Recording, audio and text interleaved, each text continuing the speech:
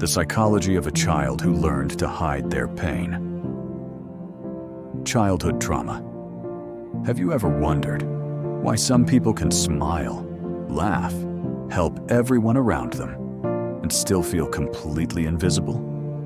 Not because they want attention, but because somewhere along the way, they learned that showing pain wasn't always safe. Maybe that child was you.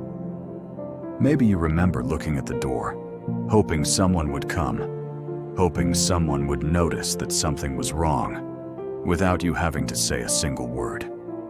Maybe you tried to explain how you felt, only to hear, "You're too sensitive.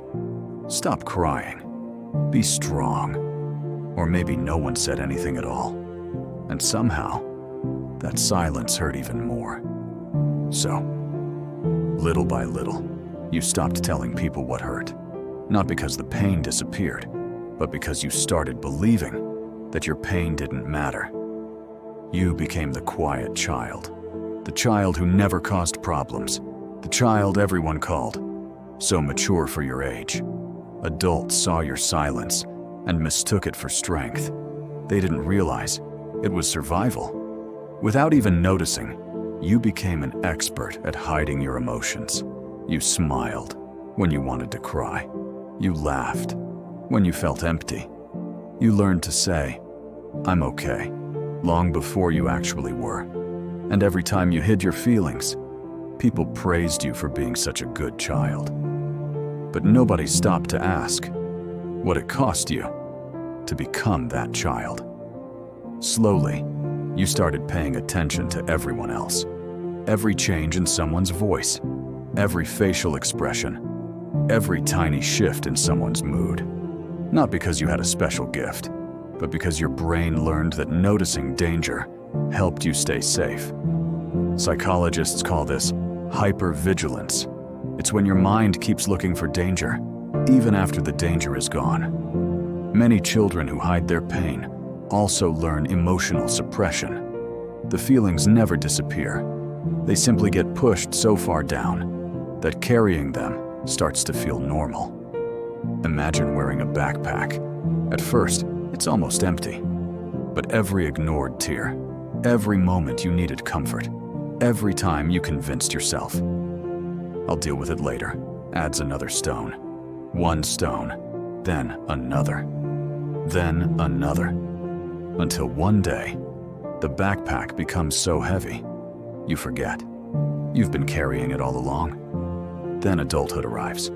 People admire how independent you are, how calm you seem, how reliable you've become. But sometimes, what looks like independence is really just loneliness, practiced for so many years that it feels normal.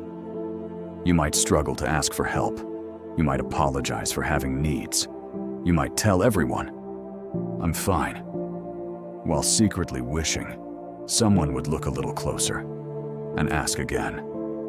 Because deep down, there is still a part of you that wonders, what if I become too much for people? But here's the truth. Those aren't personality traits. They're survival strategies, created by a younger version of you who was only trying to feel safe. And survival strategies can be unlearned. Healing doesn't begin by blaming that child. It begins by finally seeing them, by sitting beside them, instead of asking them to be stronger, by telling them what they should have heard years ago. Your feelings matter. Your needs matter. You never had to earn love. Maybe that's why this video found you today. Not because you're broken, not because something is wrong with you, but because somewhere inside, there is still a little child, waiting for someone to finally say, "I see you." You don't have to hide anymore. You never had to carry this alone. Because the child who learned to hide their pain was never trying to disappear. They were only hoping that someone would finally notice. They were hurting, maybe today, that someone can finally Be you.